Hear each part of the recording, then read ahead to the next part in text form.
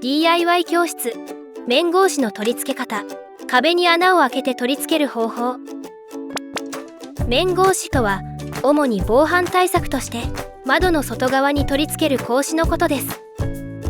今回はサッシ枠に取り付け箇所がない場合に、壁に穴を開けて取り付ける方法をご紹介します。この窓に面格子を取り付けていきます。面格子はクロスタイプを使用します。こちらの道具を使って DIY しましょう。面格子の裏面を上に向けて、端から均等な位置に印をつけます。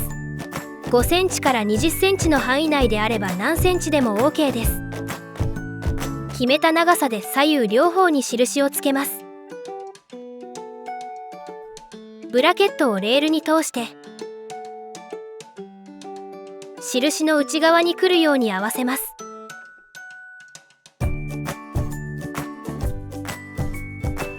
1個につき2箇所ビスを締めて、すべてのブラケットを固定しましょう。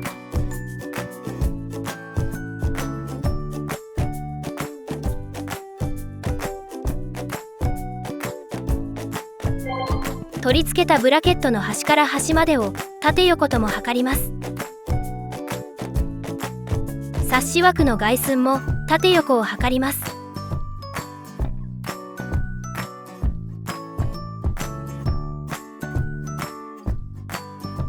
サッシ枠に対して均等になるようにブラケットの位置を決めましょう。まず割り付けで決めた左上の角に印をつけます。印にブラケットの左上の角を合わせた状態でビス止めする2箇所に印をつけます。この時2人で協力して行っていきましょう。ビス止めの印の一つに下穴を開けます。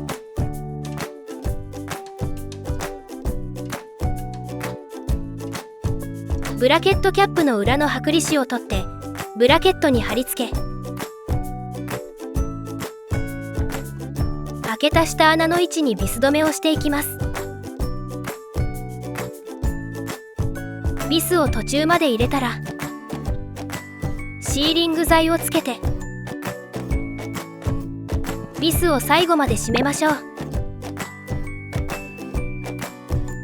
ビス止めしたところを支点にして上下に動かし、水平器を見ながら微調整します。面格子の位置が決まったら、右上のブラケットの穴を開ける箇所に印をつけて、同じようにキャップをつけてビスで固定します。この2箇所をビス止めすることで位置が固定されます。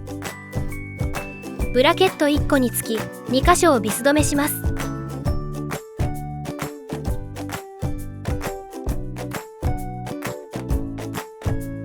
最後にブラケットキャップを閉じましょう。